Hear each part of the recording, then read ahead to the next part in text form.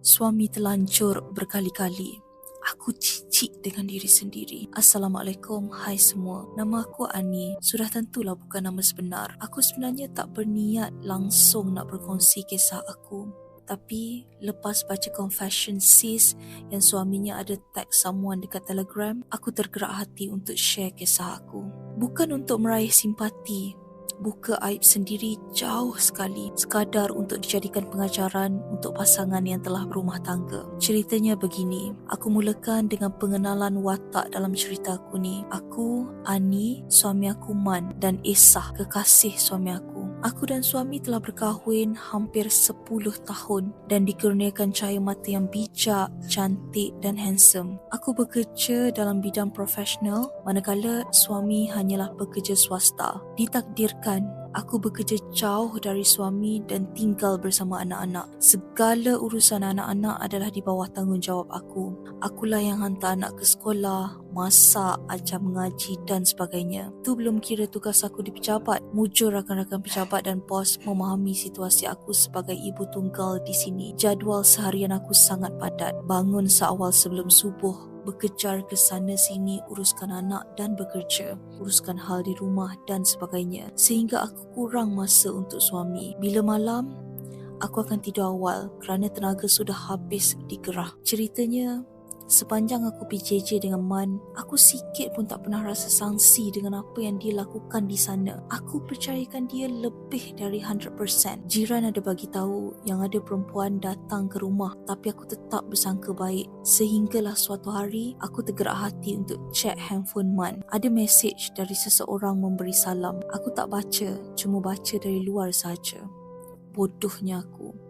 Aku sikit pun tak syak. Keesokan harinya, aku teringat tentang mesej tu. Aku buka lagi handphone Man untuk tengok apa yang dia bualkan. Tapi pesanan tu dah hilang. Aku mula fikir yang bukan-bukan. Kenapa nak delete kalau perbualan biasa? Aku mula check aplikasi dalam handphone Man. Aku check file manager dan semua aplikasi handphone. Dan akhirnya, aku terjumpa gambar berpelukan suami aku dengan Esah.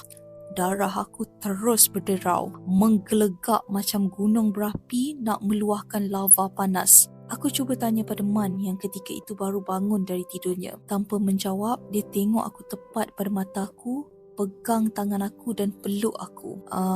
Ni mesti ada yang tak kena ni. Aku desak lagi. Dan saya dengan Esah cuma kawan. Tapi silap saya sayangkan Esah. Pengakuan dibuat. Aku bertanya lagi, apa kurangnya aku yang buat dia cari Esah?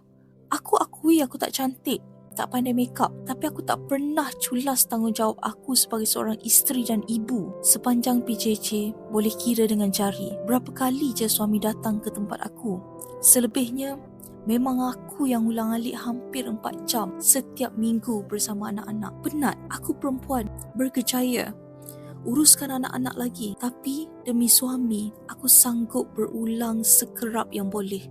Sampai aku disahkan mempunyai masalah back pain sebab kerap sangat berulang alik. Tentang soalan yang aku tanyakan tadi, Man bagi tahu aku yang aku tak ada kurang. Cuma dia yang lemah kerana ada perasaan pada perempuan lain. Aku tanya lagi, macam mana kenal perempuan tu? Man ceritakan detik perkenalan antara dia dan Esah. Ketika peristiwa tu terjadi, mereka dah berkawan selama 6 bulan. Terjumpa secara tak sengaja, bertukar nombor dan akhirnya kecundang. Berpusing terus dunia aku bila dengar. Sangat kecewa dan sedih. Tak tahu nak rasa apa. Kecewa kerana dipermainkan orang yang aku anggap syurga dunia. Kecewa kerana aku mula flashback segala pergaduhan dan kekasaran yang berlaku antara kami 6 bulan sebelum. Adakah kerana Esah? Perkenalan Man dengan Esah baru saja 6 bulan. Ditemukan secara tidak sengaja dan mereka telah bertukar nombor telefon. Mula-mula konon texting biasa, kemudian keluar makan sama-sama dan akhirnya kecundang. Biar aku ceritakan apa yang berlaku sepanjang mereka bercinta tanpa pengetahuan aku. Man sangat mengongkong aku. Kalau aku keluar, aku kena bagi tahu semua maklumat.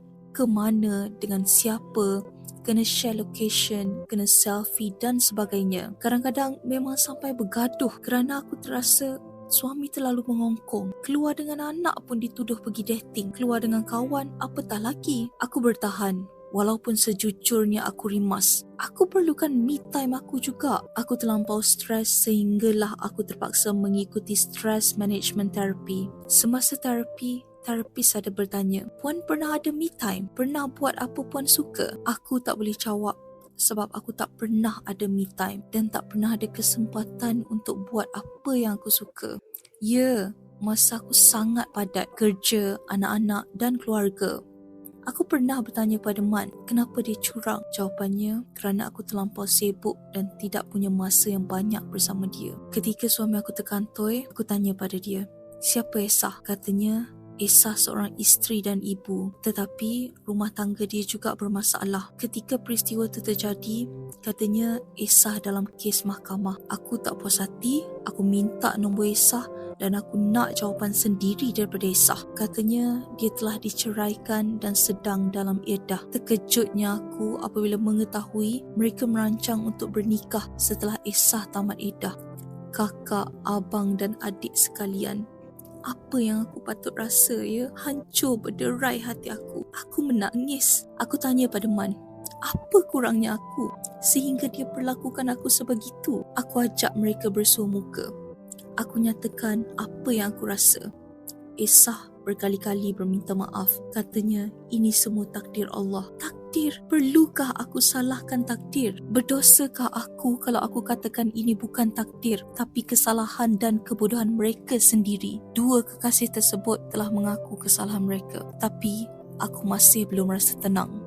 Terasa sesuatu yang tak kena. Diam-diam, aku cuba korek apa yang aku boleh. Ketika ini, aku kusut teramat.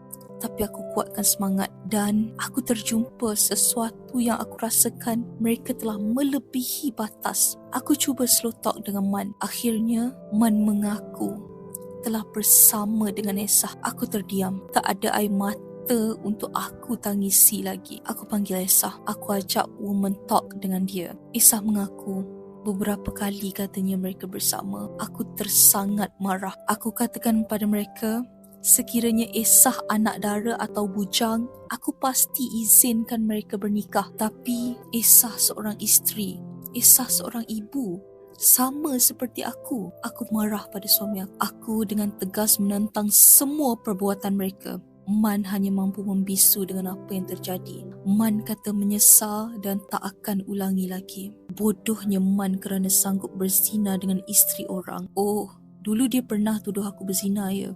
Tapi demi Allah, aku tak pernah buat perkara terkutuk tu. Aku juga marah pada Esah. Sanggup dia memperbodohkan rumah tangga dia. Malu aku dengan anak-anak. Allah, sedihnya. Hanya dia yang tahu. Akhirnya, aku menyerah diri ke hospital, pakai psikiatri.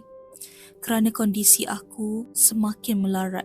Aku benci diri aku sendiri. Aku salahkan diri aku kerana suami aku sanggup buat macam tu. Aku terpaksa ambil cuti panjang kerana aku tak mampu berhadapan dengan sesiapa pun. Aku sakit, tidur malam aku terganggu. Menangis tak kira masa. Namun, depan anak-anak, aku belagak kuat. Aku nak tunjuk akulah ibu yang paling hebat untuk mereka. Aku pura-pura senyum supaya mereka gembira. Mandi adalah me time aku ketika itu. Itulah masa aku menangis, muhasabah diri. Aku mula dekatkan diri dengan Allah. Tahajud, solat taubat, istikharah. Aku buat semuanya supaya aku tenang. Aku lemah selemah-lemahnya ketika ini. Bila ada cuti panjang, aku tidak terasa nak pergi pada Man lagi. Aku jijik. Bukan jijik dengan Man, tapi jijik dengan diri aku sendiri. Aku rasakan aku tak setanding Esah. Aku rasakan Esah melebihi aku di kala ni. Aku rasakan akulah manusia paling malang sekali. Macam-macam jadi antara kita orang sejak tu. Setiap hari bergaduh. Seorang ego, seorang psycho. Kami decide untuk jumpa dengan kaunselor. Masa tu, dalam kepala setan aku cuma ada penceraian. Aku bulat hati nak berpisah. Aku tak boleh dekat dengan Man. Ada je benda yang tak kena. Ada je yang aku bayangkan. Aku kumpul segala bukti-bukti. Tapi kita hanya mampu merancangkan. Allah tetap yang berkuasa dan pegang hati kita.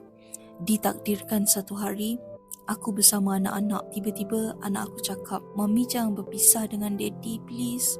Kemudian dia menangis. Runtuh kubu pertahanan ego aku ketika itu. Aku fikir kejamnya aku buat keputusan tanpa fikirkan perasaan anak-anak. Anak-anak masih kecil. Mereka tak tahu apa-apa. Kenapa mereka perlu hidup dalam porak-peranda? Maka ketika itu kami anak beranak menangis. Pada aku, kehendak anak-anak adalah keutamaan aku. Aku boleh fikir kemudian. Setelah menjalani sesi kaunseling, dengar pula luahan hati anak dan Man yang berjanji untuk berubah, dengan berat hatinya, aku terpaksa melupakan hasrat untuk berpisah. Aku tahu, aku tak mampu nak percayakan Man seperti dulu, tapi aku tak mampu nak ketepikan perasaan anak-anak. Aku juga percaya setiap orang layak mendapat peluang kedua. Dan kepada yang kata curang tak patut diberi peluang kedua tu, pendapat peribadi aku berkata, kita semua adalah pendosa. Semua buat silap. Aku juga berdosa. Aku juga pernah buat silap, tapi tak salahkan kalau kita bagi peluang. Kalau suatu hari nanti aku juga buat silap yang sama, pasti aku juga mengharapkan peluang kedua. Berbekalkan semangat dari positif circle aku nekat. Semua dah terjadi. Allah takkan uji seseorang lebih dari kemampuannya. Dan berkali-kali aku diingatkan oleh kawan-kawan aku, Allah nak naikkan darjat kau, nak hapuskan dosa kau. Lagipun, ni cuma ujian kecil je. Ada yang ujiannya lagi berganda teruk dari aku.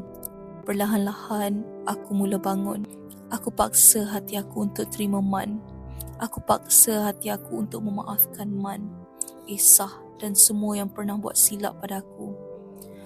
Aku bukan Tuhan untuk hukum mereka. Dosa diorang antara diorang dengan Allah. Aku tak nak berdendam dengan sesiapa pun. Prinsip hidup aku dari dulu, biar orang buat kita jangan sesekali buat orang. Selagi boleh maafkan, maafkanlah. Kita pun ada dosa dengan orang lain. Bukannya suci sangat. Aku sibukkan diri dengan kerja. Aku main game. Aku layan muzik yang aku suka.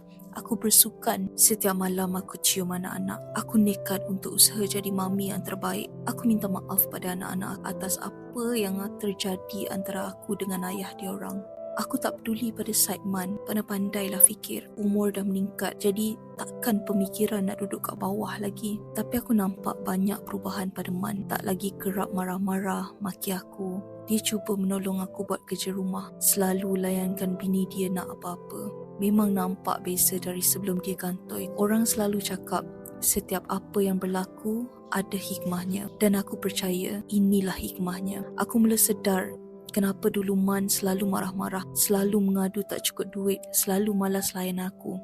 Rupanya ketika itulah dia sedang mabuk bercinta. Kaca kalau jatuh berderai pun, kalau dicantumkan takkan jadi sama seperti yang asal. Macam tu juga dengan perasaan aku pada Man. Masih cuba kembalikan rasa seperti dulu.